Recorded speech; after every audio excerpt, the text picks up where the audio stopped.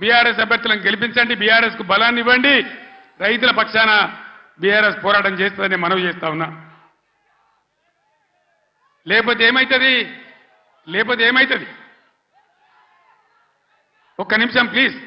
స్లోగన్లు తర్వాత ప్లీజ్. అరే బాబు, స్లోగన్లు తర్వాత ప్లీజ్. ఈ మూలకున్నోళ్ళు బంద్ పెట్టనా ప్లీజ్. బంద్ చేయవా?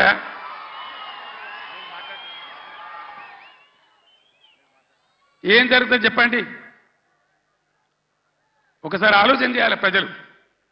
ఓట్లు ఆగమాగం వేయద్దు. ఎవడో ఏదో చెప్తాడు. ఇదివరకేమన్నా దెబ్బతిన్నాం, మొన్న ఎలక్షన్లో దెబ్బతిన్నాం, కింది మీద అయిపోయినాం. ఎంత ధీమాగా ఉండ్రి రైతులు, ఎంత మంచిగా ఉండ్రి, ఎంత బ్రహ్మాండంగా ఉండే, ఎంత మంచిగా రైతు బంధు మీ బ్యాంకులో పడుతుండే, కరెంట్ ఎంత మంచిగా వచ్చేది, చెల్లుకుంటలు ఎట్లా నిండి ఉండే, ఏ విధంగా నీళ్ళు వస్తుండే, మీ డబ్బులు ఎట్లా కొన్నాము. ఇవాళ తప్పుడు వానలు పడే పరిస్థితులున్నాయి. అక్కడక్కడ తెచ్చిన వాళ్ళు వడ్లు తడిచిపోతున్నాయి, కాంటాలు పెడతలేరు, కొనుగోలు జరుగుతలేదు, దాని మీద గవర్నమెంట్కు నియంత్రణ లేదు. అందువల్ల దయచేసి మేము కడుపులో పెట్టుకొని కాపాడిన రైతులు ఇలా ఆగమాగం అవుతా ఉన్నారు. రైతు బంధు రాకపోతే అప్పుల పాలైండ్రు, లక్షల కొద్ది మోటార్లు కాలినాయి, ట్రాన్స్ఫార్మర్లు కాలినాయి, 3 ఎకరాలు వేసిన 1 ఎకరమే పండింది. ఆ ఎకరం పండిన దాన్ని కూడా కొనే దిక్కు లేదు. డబ్బులు ఇస్తారో ఈరోజు తెలుస్తలేదు, మద్దతు ధర వత్తలేదు, బోనస్ వత్తలేదు. బోనస్ బోగస్ కానియద్దు, అందరం కలిసి కొట్లాడాలి. నేను ముఖ్యమంత్రికి, రాష్ట్ర ప్రభుత్వానికి హెచ్చరిక చేస్తా ఉన్నా. బోనస్ పేరు మీద మీరు తప్పించుకోలేరు. దానికి ఎలక్షన్ కమిషన్ అడ్డం రాదు. మేము కూడా మీద కంప్లైంట్ ఇయ్యము. ఏ రైతుకు ఎంత బాకీ ఉంటారో అంత బోనస్ చిట్టీలు కూడా ఇలా రాసి ఇవ్వండి. ఎలక్షన్లలో బాండ్లు రాసి ఇచ్చారు కదా, అదే పద్ధతిలో ఇలా వాళ్ళకి బాండ్ ఇచ్చినట్టుగా ఇవ్వండి. మీకు అంత కాదంటే ఎలక్షన్ తెల్లారి ఇవ్వండి. కానీ బోనస్ ఎగబెడతామంటే మాత్రం ఇబ్బంది అయ్యే పరిస్థితి ఉంటుందని మనవి చేస్తా ఉన్నా. మిషన్ భగీరథ 6 సంవత్సరాలు ఇంట్లో ఆ ఇంట్లోనే నల్లా వచ్చి నీళ్లు దుంకితే ఎంత బ్రహ్మాండంగా మనం పండగ చేసుకున్నాం. ఒక ఆడబిడ్డ కనవల్లే, రోడ్డు మీద బిందెలు కనవల్లే, నీళ్ళ ట్యాంకర్లు కనవల్లే. ఇవాళ ఏం గది చేస్తా ఉన్నారు? మళ్ళీ నీళ్ళ ట్యాంకర్లు ఎందుకు వస్తున్నాయి? ఆ లంబాడి తండ బాయి పేరుందో నాకు తెలియదు. ఆ బాయి చిమ్నీ బాయ్ అని మా ఇంటికే నీళ్ళు వస్తున్నాయని నేను పోయిన ఎలక్షన్లో లంబాడి తండకు పోయి చెప్పింది. మరి ఇవాళ మళ్ళీ ట్యాంకర్లు ఎందుకు వస్తున్నాయి? మంచినీళ్ళకి ఎందుకు బాధ పెడుతున్నారు? అంటే శాతగాని ప్రభుత్వం ఉంది, అసమర్థులు ఉన్నారు, ఉన్న వసతులు కూడా వాడుకోవత్తలేదు. 9 ఏళ్ళు నడిచిన కరెంటు ఇయ్యత్తలేదు, 6 ఏళ్ళు నడిచిన నల్లా నీళ్ళు ఇయ్యత్తలేదు, రైతులను కాపాడే పరిస్థితి లేదు, రైతు బంధించే పరిస్థితి లేదు. ఈ విధంగా మళ్ళా మొదటికి తెస్తా ఉన్నారు. ఎన్ని మాటలు మాట్లాడిను. కళ్యాణ లక్ష్మి ₹1,00,000 కాదు, తులం బంగారం ఇస్తాం.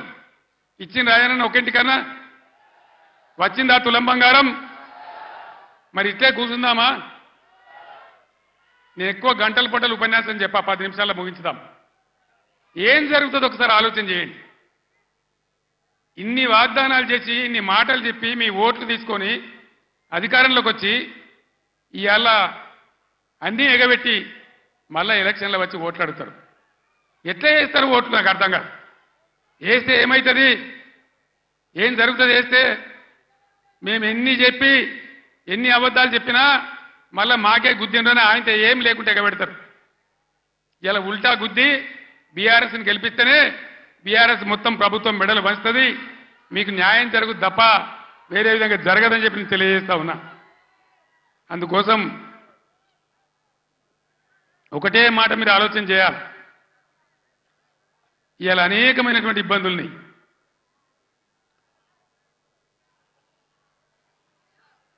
ఈరోజు మంచి అభ్యర్థులను పెట్టినాం, మంచి అన్ని విధాలుగా మిమ్మల్ని ఆదుకునే పద్ధతిలో వాళ్ళు పనిచేస్తారు, వాళ్ళని గెలిపించాలని చెప్పి నేను మిమ్మల్ని కోరుతా ఉన్నా. ఎంతసేపు చెప్పినాక ఇదే చెప్పాలి, ఇటు దింపి అడిదింపి. ఒక్కటే మాట నేను చెప్తా ఉన్నా. ప్రజాస్వామ్యంలో ప్రజలు అన్ని ఆలోచించి ఓట్లు వేయాలి. మన కళ్ళ ముందే మనల్ని మోసం చేస్తుంటే మళ్ళీ వాళ్ళకే సర్దిగడితే మళ్ళీ వాళ్ళకే ఓట్లేస్తే ఎటుగాకుంటే అయితే ఆగమవుతాం.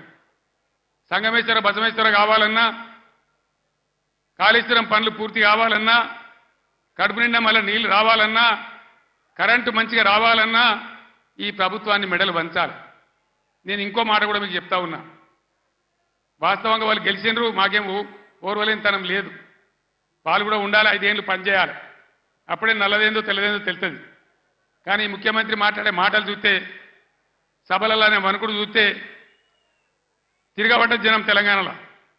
సర్వే రిపోర్ట్లు వస్తున్నాయి, కాంగ్రెస్కు 2 సీట్ల కన్నా ఎక్కువ రావు అని. అంతటా అన్ని జిల్లాలలో కూడా రైతాంగం తిరగబడతా ఉంది. అందుకే ముఖ్యమంత్రి నిన్న నారాయణపేట సభలో ఆయన భయం, ఆయన కంపం చూస్తే ఈ గవర్నమెంట్ ఏడాది కూడా ఉంటట్లేదని మనం చేస్తా ఉన్నా. ఎవడు ఎప్పుడు పోయి బీజేపీలో కలుస్తాడో, ముఖ్యమంత్రి జంపు కొడతాడో, ఏమవుతుందో. ముఖ్యమంత్రి ఈడో మాట మాట్లాడతాడు, ఢిల్లీకి పోయి బీజేపీ కోటేమని టీవీలో చెప్తాడు. అంటే ఏం జరుగుతుంది? ఎవరికి ఎవడు బీ టీము, ఎవరు కలిసిపోయినరు ఒకసారి ఆలోచన చేయాలి.